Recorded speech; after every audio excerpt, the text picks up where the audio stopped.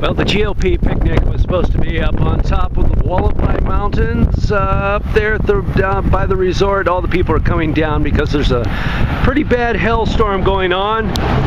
Thunderstorm, lightning, all that stuff. Possibility of a mudslide. Some people pulling over and waiting it out, and I think that's the worst thing to do. I think you just need to get the hell off the mountains, get the hell out of there. The picnic, the craft fair, all of it is not worth it, people.